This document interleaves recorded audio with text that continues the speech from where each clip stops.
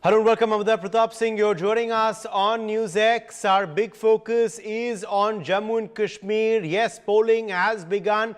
The assembly elections are underway. Today is the first phase out of 3 for the Union Territory. Jammu and Kashmir is witnessing a historic moment as assembly polls, of course, are taking place after a decade. In the first phase today, 219 candidates are in the fray. Their fate shall be decided by a 23 lakh strong electorate across 7 districts located on either side of the Pir Panjal mountain range. For a smooth polling process, the Election Commission has set up 3,276 polling stations, which will be manned by a total of 14,000 polling staff. Amongst the 24 seats going to polls today are several high-profile ones as well. Yes, several VIP seats today are going to the hustings. In Pampore, it's Hasnain Masoodi of the NC, of course, who's facing Zahoor Ahmed Mir of the PDP. In fact, before I quickly take you through that list, let's do it with the help of some graphics if we can. So I'm going to quickly show you what is going to be, which are some of the most interesting contests this time around in Jammu and Kashmir. So let's first tell you about the Sri Gufwara Bij Bihara seat. This is one of the seats, of course, that is polling today. Here it is Iltija Mufti of the PDP. She's, of course, the 3rd generation of the Mufti family who's entered politics after, of course, Mufti Muhammad Saeed, her grandfather, her mother Mehbooba Mufti. Now Iltija in the fray for the first time. She's taking on the NC's Bashir Ahmed Shah and Sophie Yusuf of the BJP. The last time around in this particular seat, it was, of course, as you can see there, the PDP which had won this seat. Abdul Rahman Bhatt had won this seat last time around. He had defeated Bashir Ahmed Shah of the National Conference. The winning margin was 2,868 seats. So this seat had gone to the PDP this time, although this time, of course, there is a change in candidate. It's Iltija in the fray this time around. In fact, this is a PDP stronghold. As you can see here, out of the last 5 elections, 4 out of 5 have been won by the PDP. The Congress has won once. The caste breakup, as you can see here, there are 2.3% STs. There are no SCs here. It's a Muslim-dominated seat, 99.1% Muslims in this seat, 0.72% Hindus, and 0.11% Christians. Let's tell you now about the Duru seat. This is again another VIP seat because here Ghulam Ahmed Mir, a senior leader, of course, of the Congress party, is in the fray. He's also, of course, the in charge of Jharkhand for the Congress. He's taking on the JKAP party candidate Bashir Ahmed Wani and Mohammad Ashraf Malik of the PDP. So this is the contest in Duru. It's been largely, of course, a Congress favorite seat. However, last time around, interestingly, in a very, very close contest, Ghulam Ahmed Mir lost to Syed Farooq Ahmed of the PDP. The winning margin was just 161 votes. So it was a very, very close election last time around in Duru. And as I told you earlier, of course, as you can see over here, the Congress has won twice. PDP, of course, won the last election. The National Conference has also won here earlier. It's also a Muslim-dominated seat. There are 97.74% Muslims in this seat, 1.75% Hindus, and 0.12% Christians, with 0.6% SCs and 10.5% STs as well in this particular constituency. Okay, let's tell you now about Pulwama, another high-profile seat, because here you have Wahid Para of the PDP. Is a prominent face, of course, of the PDP, someone who's seen on television also a lot defending the party. Mohammad Khalil Band is the candidate squaring off against him from the National Conference. So this is the contest in Pulwama, and if you look at the last result, well, it was the PDP that won here. Mohammad Khalil Band had defeated Ghulam Nabi Wani of the NC. The winning margin in this particular seat was 1,032. So this was the result last time around, of course, in 2014. But how is this constituency voted? Well, you can see again, it's been a largely PDP bastion. 4 out of 5 elections, the PDP has won. 1 election, the National Conference has won. 5.49% Muslims in this seat, 2.4% Hindus, 0.2% Christians, 0.1% SCs, and 4% STs in this particular seat. Let's tell you now about another interesting seat, of course. It's the Anantnag seat, which is also polling today. Here you have, of course, another very prominent senior leader of the PDP, Mehboob Beg. Mehboob Beg is in the fray, of course, against Pirzada Mohammad Saeed of the National Conference. Also, Syed Wajat Hussain is in the fray from the Bharatiya Janata Party. If we talk about the Anantnag result last time around, well, it was the former stalwart, the former Chief Minister, Mehbooba Mufti's father, Mufti Mohammad Saeed, who had won this particular constituency, defeated Hilal Ahmed Shah of the Congress by 6,028 votes. Of course, Mufti Saab is no more. He has passed away now. And of course, the bastion has been passed on to another prominent leader of the PDP, Mehboob Beg, for this constituency. In the last 5 elections, it's of course the PDP that won the last 2 times. The NC won previously before that, and others had also won at one point in the last 5 elections. 97.59% Muslims in this seat, 1.2% Hindus, 0.16% Christians, 1.2% STs, and 0.1% SCs in this particular seat. Let's tell you now about the Doda seat. The Doda seat is, of course, another high-profile constituency. There's the individual we spoke to a short while back, Gajay Singh Rana. He is from the BJP in the fray. There's Sheikh Riaz Ahmed in this seat from the Congress party. And this is interestingly a seat which is seeing a friendly fight because the NC is also in the fray. Khalid Najib Sharwardi is representing the National Conference. Remember, the NC and the Congress are in alliance in the Union Territory, but there were a few seats where there were some issues in deciding candidates. And the two parties decided to go in for a friendly fight. This is one of them. If we talk about the winning margin, last time this seat had gone to the BJP. Shakti Raj Parihar had won the seat. He defeated Abdul Majid Wani of the Congress by 4,040 votes. Let's tell you about how this seat has voted earlier. In Doda, as you can see there, it's been a split mandate with the BJP winning the last time around. Before that, the Congress had won this seat. Others have, Independent has won this seat earlier as well. National Conference has won also here twice. It's a seat where, interestingly, there is a mix of demographics: 53.82% Muslims, 45.77% Hindus, 0.12% Christians. So that is the VIP seat analysis for you. Let's quickly also go across now and show you what's happening on ground. That's a visual that came in a short while back, and that's the visual we're seeing in many parts of the Union Territory today, which is a very, very good sign. It's literally the first hour of polling has concluded, and already we're seeing a steady trickle of voters at polling booths. Let's go across on ground, find out for you what the situation is in Pulwama. Mahima Kataria is joining us from Pampur district of Pulwama. Mahima, what is the situation in Pulwama at the polling booth where you're standing? Are you also seeing a steady trickle of voters? We saw that in other parts of the Union Territory. What's happening at the constituency where you are, Mahima? Mahima Kataria, can you hear me? Okay, I think we're having some trouble there with her connection. Let me try and bring in Ashik Mir, if he can hear me. Ashik, can you hear me? Yes, Uday. Okay, Ashik, you are, of course, in the Duru constituency in Anantnag. Ashik, take us through what the situation there is. Duru, of course, is again another VIP constituency, of course. Ashik, what's happening where you're standing? Exactly, you can see in visuals, my visuals, long queues, the early morning, and it's enthusiasm against the voters. And you can see people are really eagerly waiting for their turn, and we will try to speak with some voters who are come early to vote after 10 years back when there was a assembly election in 2014. And you can see large number of people, young youth among ladies and women, men are polling stations and are trying to go inside to cast their vote. We have some people here who are in queue. आप मुझे बताइए आप कहाँ से हैं और क्या-क्या मुद्दे हैं आपके इलाके में आज आप वोट डालने के लिए आए? हम इधर मरामा से ही है, मरामा का ही है। अच्छा, क्या-क्या मसले हैं आपके इलाके में? बहुत मसला है, बहुत मुझे मैंने पहले भी बताया है। कुछ डेवलपमेंट हो गया है, जो कुछ अधूरा रहेगा वो इंशाल्लाह इलेक्शन के बाद हो जाएगा, हमें उम्मीद है। उम्मीद है।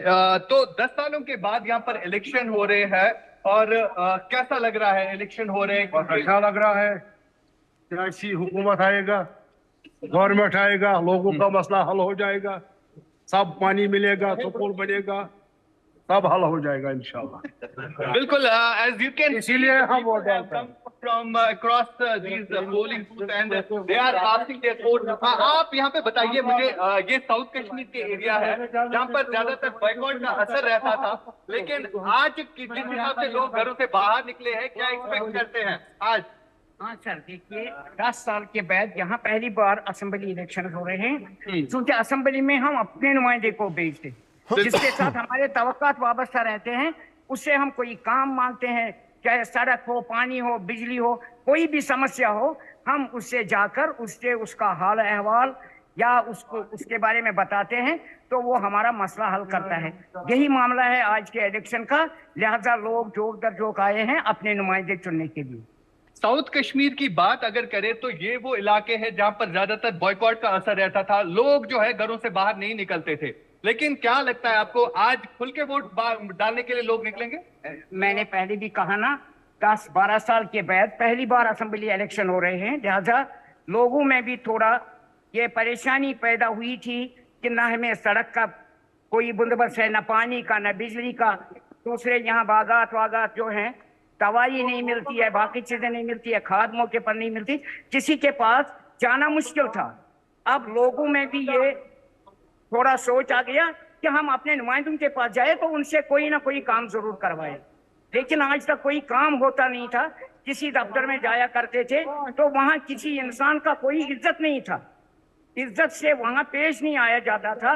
जब अपने नुमाइंदे होंगे, अपनी सरकार होगी, तो कोई भी काम इंशाल्लाह हो सकता है।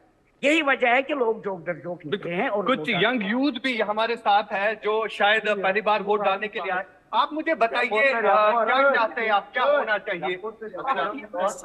बनाना चाहते हैं, जहाँ किसी के पास जाएंगे वो हमारी बात सुनते हैं, हमारे काम करते हैं। यहाँ पे प्रॉब्लम होती है 2014 से हमें कोई ना पानी मिलती ठीक से, ना रस्ते सड़कें मिलती है, ना तो यहाँ पे नौकरियाँ मिलती है। हम तो पढ़े लिखे हैं, घर में बैठे रहते हैं, ना हमको कोई जॉब मिलता है यहाँ पे। इसलिए हम अपना नुमाइंदा चुनेंगे, उनके पास जाएंगे, वो हमारा मसला हल करेंगे। बिल्कुल, देख भी सकते हैं तस्वीरों के जरिए लोगों के तरह तरह के मसाइल मुश्किलात हैं। जो लोग यहाँ पर आए हैं वोट डालने के लिए, आज बेसिक फैसिलिटीज के लिए वोट डाला जा रहा है, यानी लोगों के जितने भी मसले मसाइल है उसके लिए वोट डाला जा रहा है। और एक शख्स हमारे साथ यहाँ पर जुड़े हैं जिनसे हम बात करेंगे। आप मुझे बताइए, ये जो इलाका है साउथ कश्मीर का, यहाँ पर ज्यादा बॉयकॉट का असर रहता था, लोग उस तादाद में नहीं निकलते थे आज से पहले की अगर हम बात करें, लेकिन लोकसभा इलेक्शन में जिस हिसाब से लोग निकले, क्या लग रहा है आपको आज भी उसी तरह लोग निकलेंगे? इंशाल्लाह आज उससे ज्यादा वोटिंग होगी।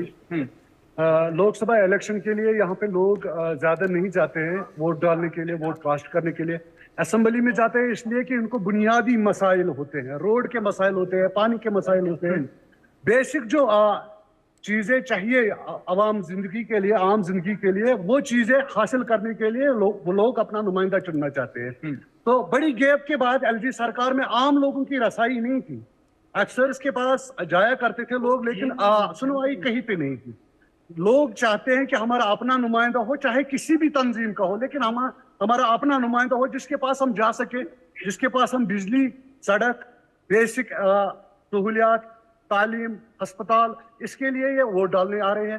तभी आप देख रहे हैं कि हमारा गांव जो मरहमा है, ये सियासी तौर पर बालिग गांव रहा है हमेशा के लिए। इनका इस गांव का हमेशा पे असर रहा है बिजबिहारा कॉन्स्टिट्यूंसी पे और तमाम साउथ कश्मीर पे। तो ये उसी बालिग नजरिए के हिसाब से आज भी निकले हैं वोट डालने के लिए, अपना वोट कास्ट करेंगे, अपना नुमाइंदा चुनेंगे जिसके पास ये कल जा सकते हैं अपना काम करने के लिए। सवाल मेरा है आपसे, आज से पहले की अगर हम बात करें तो वोट की अहमियत को जो है समझा नहीं जा रहा था, क्या वजह रही कि आज लोगों को वोट की अहमियत का पता चला?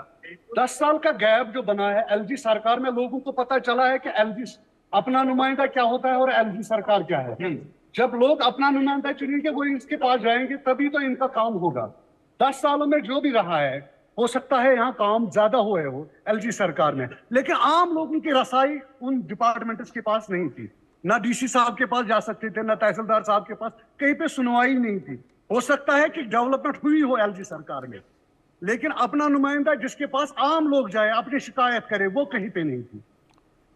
एक और सवाल मेरा रहेगा, आज तक आपके पास कुछ गिनी चुनी पार्टीज थी जैसे नेशनल कॉन्फ्रेंस, पीडीपी, कांग्रेस, और भाजपा भी कहीं ना कहीं थी, लेकिन आज जो है इंडिपेंडेंट कैंडिडेट काफी ज्यादा मैदान में है। कैसे देखते हैं इस चेंज को? खासतौर पर हुर्रियत जमात से जुड़े लोग जो है वो भी अब इलेक्शंस में आ रहे हैं। आप एक आम इंसान के नाते कैसे सोचते हैं इस चीज को? ये ठीक है सियासी तौर पर जब कॉम्पिटिशन जी आशिक बने रहिए आप हमारे संग।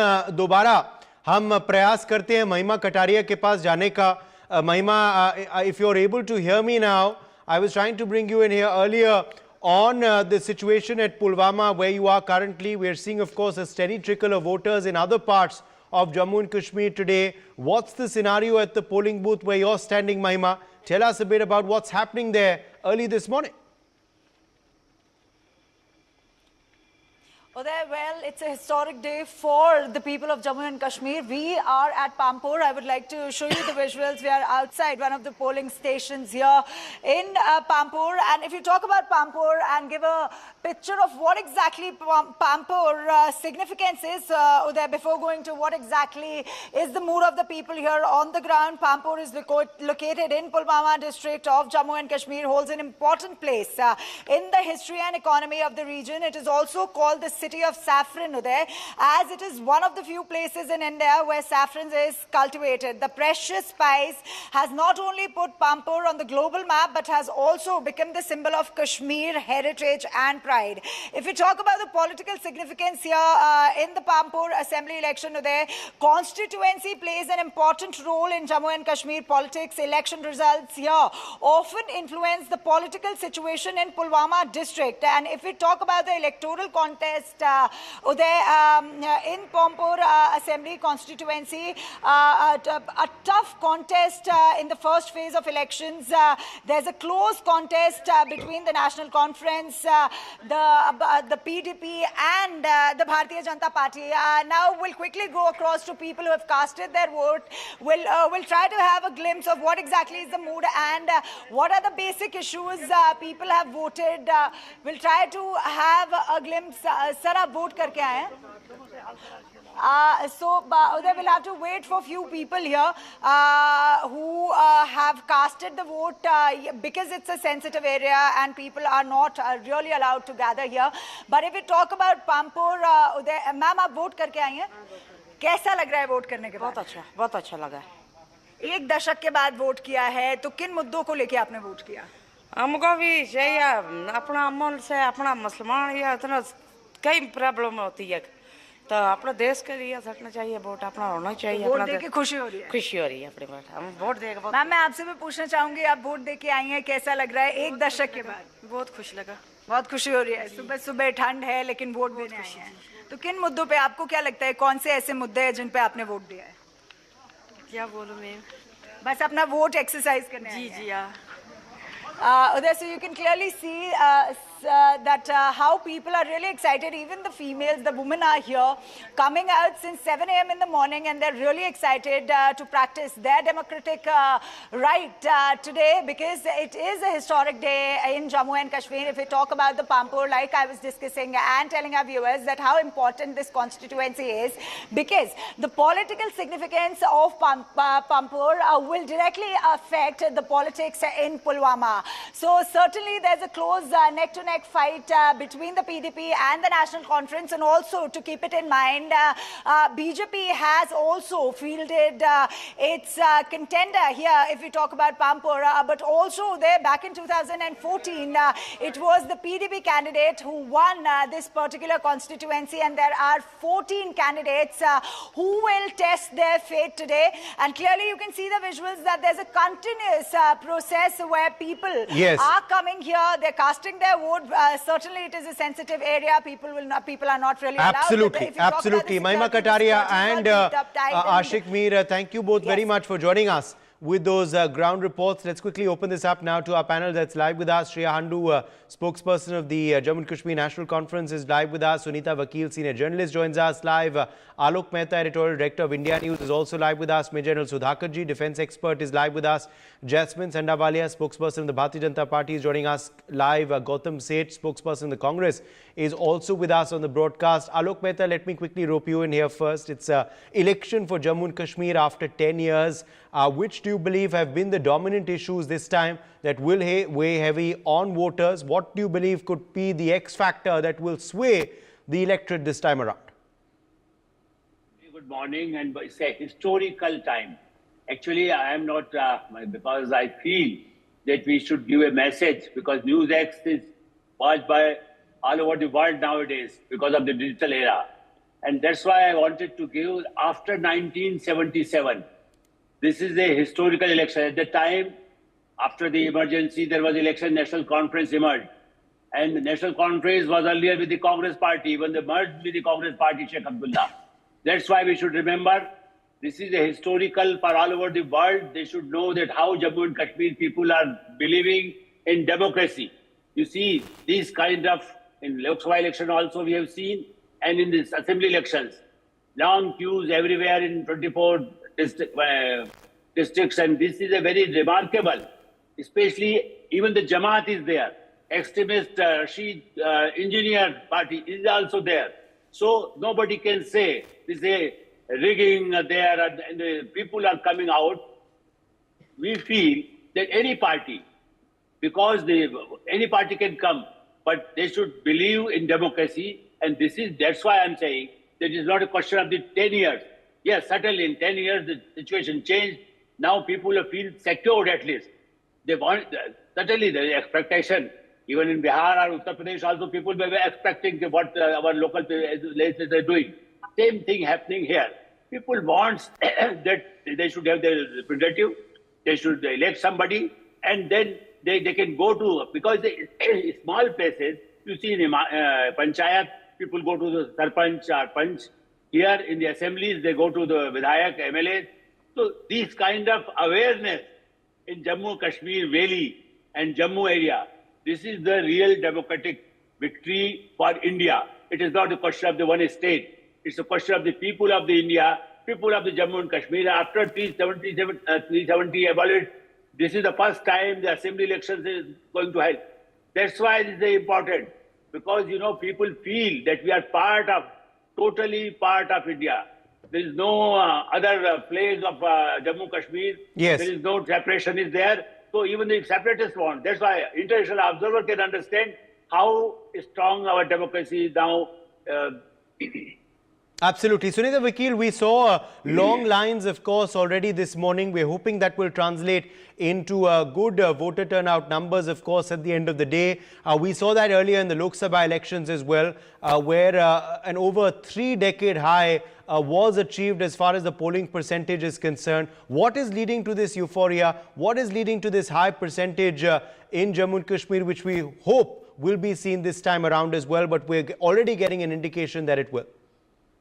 Yeah, absolutely. The signs are encouraging, and this is the first, since the first phase of elections has started, and it is a watershed moment for J&K. There is apprehension, there is anticipation and excitement also at the same time. So it's a critical moment for Kashmir's democratic process. Mood of the people has changed post abrogation of Article 370. People now want restoration of a democratic process. Recently held Lok Sabha election is a clear indication where people turned out to vote in large numbers, and the voting percentage was around 58.5%. People are excited to participate in the democratic process and exercise their franchise. So it goes without saying that people will come out in large numbers for voting this time also. There are about 2.3 million voters and 219 candidates, 40% of which are independents. And we also have 5 lakh youths voting this time. Yes, and a lot of the credit, of course, will go to the security forces as well, Major General Sudhakarji. A lot of the credit will go to the security forces, of course, for the free and fair polling. Major General Sudhakarji, tell us about, Major General Sudhakarji, the kind of security apparatus which will be there on ground, which will help in, of course, free and fair polling. Uday, good morning. Thank you. I was wondering as to what question are you going to ask a military general? When the elections, it's a landmark event taking place related to democracy. So I'm glad that you have actually swung it in favor of security. But before that, allow me to articulate my heartfelt feeling. I have at least quarter of my service has been in Jammu and Kashmir, and particularly the Kashmir Valley, South Kashmir, as also the central and the northern Kashmir. I compliment one and all, every citizen of the Jammu and Kashmir for this historic day. Why am I complimenting is that consequent to the abrogation of Article 370, this particular exercise is going to leave a stamp of approval and acknowledgement and acceptance of the process of democracy with the people, for the people, and by the people. So there is nothing better than to head for rules-based international order, than to make that charity begins at home. I think we would have well done the job by got out of the houses, exercised our franchise, and gone back. The mood seems to be absolutely upbeat, Uday.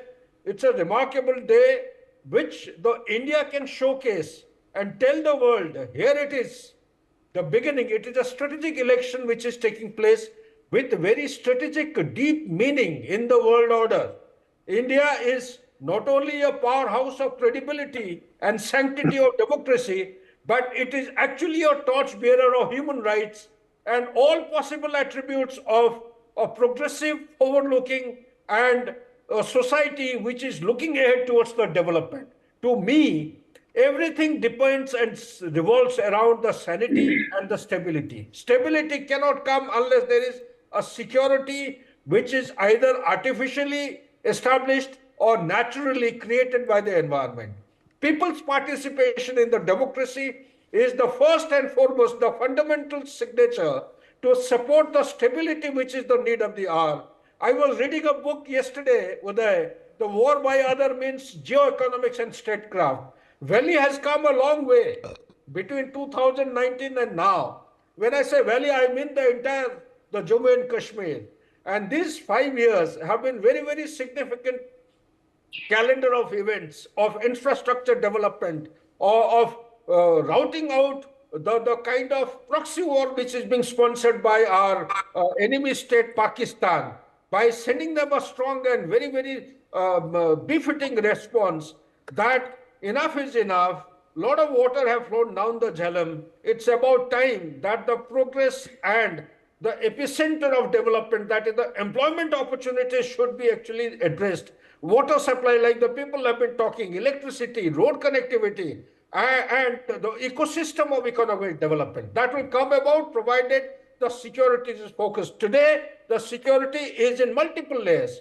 First and foremost, perhaps in the independent India, the Indian Armed Forces is looking far beyond the line of control, deep into the enemy territory, the start point of the militant activities or terrorist activities. Our penetration of our surveillance has gone far deeper. So therefore, we have got the advanced information of the inimical activities which are likely to be launched, and hence we can launch preemptive and proactive action. Coming to the line of control there, we have a very robust and very effective counter-infiltration deployment of forces that actually does pick up the terrorists who are moving from the hinterland of Pakistan towards the border. And the proxy war of the deep state is not going to be ending very soon. It will carry on. The terrorism thing is not going to die out because of abrogation of Article 370. India as a nation state, as a progressive, robust nation, firmly entrenched in democracy, should be prepared to face the terrorism even times ahead. But the counter-infiltration grid which is there in place is doing a wonderful job, and more than anything else, my recommendation to the government of India, the ceasefire which has been established between Pakistan and India should be made conditional. If Pakistan doesn't behave, if they violate, if they perpetrate any kind of terrorist activity, India should actually leverage the option of exercising, giving it back nice and properly, without sticking to the ceasefire, the commitment that we have made. Coming to the hinterland deployment, we have enough of security forces. You can see it by the pictures which are visible through the cameraman. It is the face, the body language of the people who can move freely and go and exercise this has come about not by a normal step of security. It is a sustained Yes. kind of prolonged exercise which has been going on. Absolutely. It's not something which has happened overnight, as you're saying. But let's quickly now join the political representatives as well into the conversation. Gautam Seth, let me quickly bring you in here first. Gautam, firstly, how is the NC Congress alliance translating into coordination on ground as well? Very often, of course, alliances are stitched by the High Command, but they don't translate into coordination on ground. How confident are you that your workers on ground are working together, Gautam? What also do you believe are the emerging issues that have emerged this time around, which you're hoping will ensure votes in your favor? You see, Uday, the impetus of the trust and faith and the confidence that we have this time stems from the people of Jammu and Kashmir and no one else. The people of Jammu and Kashmir have given us a faith that they stand by our side, by the side of the alliance this time, because they were kept away from their democratic rights for so many years. They were kept away from their constitutional rights from so many years. The power of the people must return to the people is what the constitution of the country says. But the same was not happening in Jammu and Kashmir. They were left to the bureaucracy, and the bureaucracy did not respond to their issues the way it should have. And after having gone through that phase in which basic issues that cater to the day-to-day life of the people in Jammu and Kashmir were left apart, the people have taken a call to vote against the people who kept them away from their rights, to vote against the system that did not cater to their day-to-day issues, and to establish and get back a system where their day-to-day issues are being answered. Like I was hearing many of your reporters speaking to the voters today, you could hear them saying that the officers didn't treat us well. You could hear them saying that we want our own representative for whom we have voted. And you know, the whole idea of our constitution, of our democratic process, is for people to hold their representatives as accountable to solve their issues. That accountability had disappeared for the last so many years in Jammu and Kashmir, and now the people are going to vote against the people who kept them away from their right to vote, who kept them away from accountability from people. They didn't know who is accountable to manage their issues. They didn't know who is accountable to cater to their problems. And our alliance absolutely is very confident we are going to form the government. You will see it for yourself that our alliance is taking forward the aspirations of people in Jammu and Kashmir, and we are going to give wings to their aspirations in future. Okay, let me take that to Jasmine Sandavalia. Jasmine Sandavalia of the BJP, come in here. You can, of course, respond to some of the issues that Gautam just raised. But Jasmine, what is the BJP hopeful on which plank this time around? Do you believe that there has been a new wave of development ushered in by the abrogation of 35A and 370, which could lead to more support for you? Or do you believe this decision could possibly have repercussions and less support for you in the Union Territory? What's your take, Jasper? My biggest take is that, your anchors, your staffers were talking to voters today, earlier, prior in the program. And all I could hear was that they were saying that it is a historic moment for Kashmir. People are lining up and voting. There is a genuine enthusiasm in the voter. That itself reflects that they are happy with the abrogation of 370. They want peace, they want employment, they want their small, minuscule issues to be readdressed. And like everybody else in India, they want a peaceful and a prosperous Jammu and Kashmir. So the voters have vindicated our stand that we are very confident that we will do very well. But whoever wins, the BJP is a nationalist party and it wants Jammu Kashmir to be prosperous and to be in the first 3 states in the next decade. So it's a moment of great pride for us. It's a vicarious pleasure for the BJP that the voters and even the separatists have participated in. If you notice, the Jamaat is contesting. So it's a great moment after 10 years. I would say after 47, it's a great historic moment for India that the Kashmiris are lining up with great enthusiasm and wanting the democracy of this country to be vibrant, and they want to be a part of it. I rest my case. Okay, Shreyandu, come in here on, of course, you know, the high voter turnout as well. The BJP claims this is because of abrogation of 370. This is because of the environment of safety that they have brought about. Is that a fair assessment or not? Well, first of all, as Mr. Seth pointed out, I think all of the issues are the same. So there's no point of saying that again, since we also have a time constraint. As far as the voter turnout is concerned, the people of J&K have kept away from the democratic process for almost 10 years now. And today, as the people go out and vote, no matter which political party we support, but I think it's a great feeling for each and everyone on the panel and from every single party. The people of J&K, I think today, are highly grateful for the Supreme Court of India for making this happen. And they have not had an administrative cushion for the last 10 years, as again Mr. Seth pointed out. Hopefully by the end of this election, as they choose their representative, they will get that cushion and that space will be filled where they can take their issues directly to their representatives. So the higher the higher voters are coming out because they are choosing their representatives after 10 years. It is the enthusiasm that we were hoping, and it is there, which is a great thing. Okay, let me in fact quickly take that to to Alok Mehta once again as well. Alok Mehta, do you believe the 8th of October is going to be throwing up a clear mandate for Jammu and Kashmir, or do you believe there is the possibility of a hung assembly once again? There are analysts who say the BJP is looking strong in Jammu, but not looking strong in Kashmir. There are other analysts who say that Kashmir then possibly could be split between the National Conference and the PDP. Also, there are a lot of other players this time around, Engineer Rashid's party and candidates supported by the Jamaat. Also, other independents who are in the fray as well. So, are we likely to see a clear mandate, or are we headed to a hung assembly once again in Jammu and Kashmir on the 8th of October, Alok Mehta? Udayji, certainly it's not easy and it's too early also, because it's the first phase. And I feel, but even then if you are talking about it, I think it will not possible for any alliance to be very strong in a safe sense, because National Conference exposed a lot. Last election, how even the Omar Abdullah is also lost the election, the Lok Sabha election.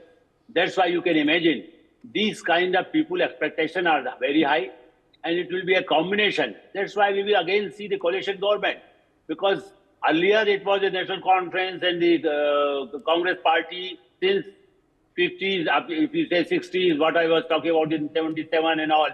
Earlier the Sheikh Abdullah was with the Congress party, merged with the Congress party, then again he split at the National Conference. These kind of combination, people are fed up with this kind of combination. That's why PDP also emerged. But now the other element, Jamaat, is also there. That's why I feel the split of the vote, it will certainly give, but at least the people's mandate will be there. Some representative will be there. And the bureaucracy, you see, even in West Bengal, doctors were agitating against the bureaucrats, the police commissioner and all. You can imagine. They were not only demanding for the Mamata Banerjee, but more emphasis was there. So these kind of bureaucracy all over India, people expectation from their own representative, from assembly, parliament, or local bodies. That's why this is the democratic election. And what you ask me, certainly I feel there will be no clear mandate for any one party.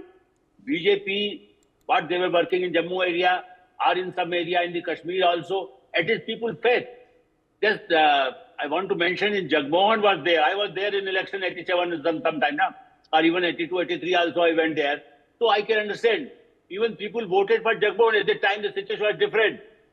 Now the expectation, and after the terrorism so much, people are fed up all this kind of. The military, just Mr. Sudhakar, General Sudhakar also spoke to you, the confidence with the security people. And now we have less security forces there, and people are voting, and security forces, police and combination of our paramilitary or military forces, they feel safe and secure. That's why they're coming to vote. This is the victory of the election, not the one party. Because I think anybody, even the BJP will not say, okay, we want to control what Congress used to do at those 60s, because after the independence it was necessary. But I can understand now in the democracy such as in a strong way, and people are aware in Jammu and Kashmir. They want to vote. They don't want to support the terrorist Pakistani and other elements who want to destroy the Indian democracy, Indian integrity, Indian unity. Okay, let me in fact, yes, take that to Major General Sudhakar ji as well. Major General Sudhakar ji, do you believe that is one of the big issues this time around that people will be voting on? Security, because of course, the reduction in major terror incidents, of course, since the abrogation and major incidents of stone pelting. However, this year though has seen a concern with a rise in extremist elements in Jammu region in particular. Do you believe security is going to be one of the big voting issues this time as well, Major General Sudhakar ji? Absolutely. I must compliment Alok ji for having articulated so effectively. Security is the central paradigm, the foundational paradigm of the progress and growth and everything. So, having said that, Uday, if you allow me, time will not permit me to dilate on an issue which I want to present to the audience. You see, unfortunately, whether we accept or not, the global order is changing. There is a huge polarization, militarization all over the world. And Jammu and Kashmir is no exception. The kind of warfare our people are being subjected to, you, me, and the panelists, the esteemed and the distinguished panelists, we may not be aware. There is a thing called a 6G warfare. Does anyone know that the human mind of Indian citizens is being hacked? Nobody knows. What is this hacking? You see, there is a cognitive domain, there is a epistemic threat, there is a cyber everyone knows, hacking the computer, but hacking the mind of the Indian citizens, it is taking place everywhere. J&K is no exception. So therefore, that coalition indication which Mr. Alok has given, well, whether it is coalition or it is partnership or let some form of democracy come into being, let there be a process of, people exercising the mandate, let them choose their own leaders, let the leaders be accountable, only then the state will start galloping. It is just a matter of time. Little while back when I was suggesting or indicated about the war by other means, geoeconomics and statecraft, it's a fantastic book which says that without firing a shot, the wars are being won. How is it happening? It is by economic means. The geopolitics has actually migrated or gravitated toward geoeconomics. If geoeconomics is given as the central point in Jammu and Kashmir, and we focus on not only employment, not only schooling or livelihood, but we centrally, one of the factors should be the Kashmir Valley or the Jammu and Kashmir should become one of the centers of excellence for export of products. Let our products go out. Let the economy boom. It is geoeconomics which is going to drive the future of 21st century, not the other way around. And last but not the least, security becomes the center of gravity for everything, for a state to prosper, progress and develop. And unless there is security, we will be actually losing the bigger war than the battle. So how do you achieve that? I would recommend that it is a holistic approach, the whole of nation approach, the revival of proxy war south of Mir Punjab or towards the valley floor was actually waiting to happen. It will continue because the existence of Pakistan is based on liberating Jammu and Kashmir. It is a deep state philosophy. You and me cannot change. Time will not change. Their existence is dependent on this factor. No matter what progress we show, they will continue to keep sending the terrorists inside. So we must have a long-term, sustainable, eternal kind of a response matrix to address this perennial threat coming from Pakistan. Back to you, please. Absolutely. Let me, in fact, quickly also rope back in Gautam Seth, because Gautam Seth, this is a point which the BJP takes credit for and hopes that political votes will also come in for them. Is that a fair credit that the BJP can take, or do you disagree that the security, the good security and of course the lack of major terror incidents in Jammu and Kashmir is because of abrogation of Article 370 and 35A?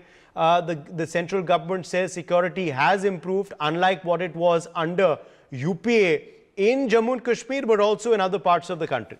And that is also the reason why there has been a high voter turnout in the Lok Sabha elections earlier this year. I hope that the government of India would have put forth some kind of statistics. It's been more than 9 years.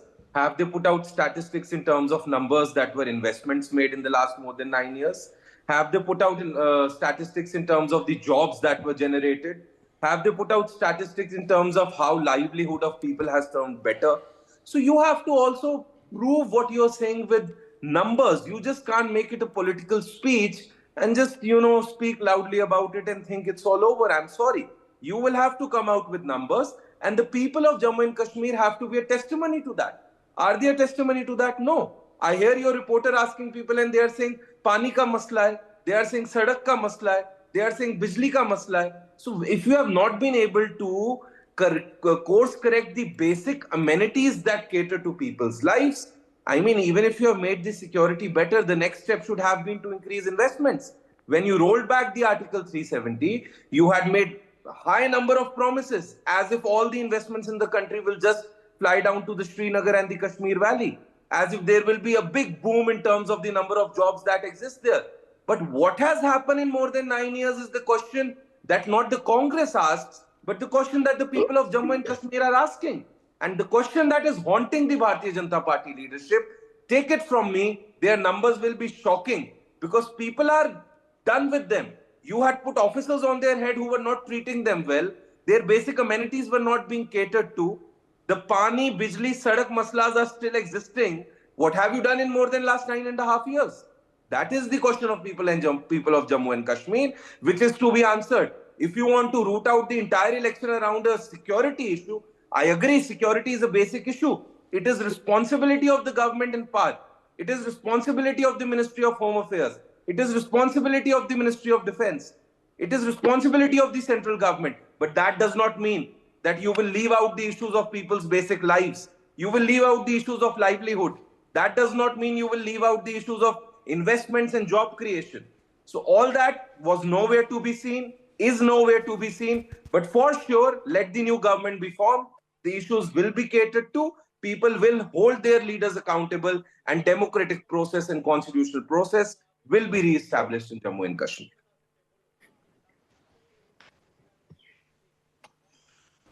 Okay, Jasmine, respond to that. Jasmine Sandhavale.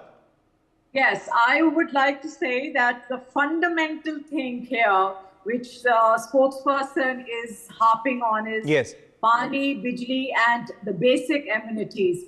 I also want to remind him that this is Kashmir. This is Jammu and Kashmir, a state which has been bleeding for more than 4 decades, where stone pelting, where people were butchered and killed, where Kashmiri Pandits had to live in a democratic India and shift from there to other areas of India. This was a very, very different, this is a totally different scenario in Jammu and Kashmir. When we talk about security, security here is on a different phenomenal significance. The union government, it is the duty of the government, it is the duty of the elected government of India to secure the citizenry, which the BJP has done beautifully. Today, when people line up and vote, it is a salute to Mr.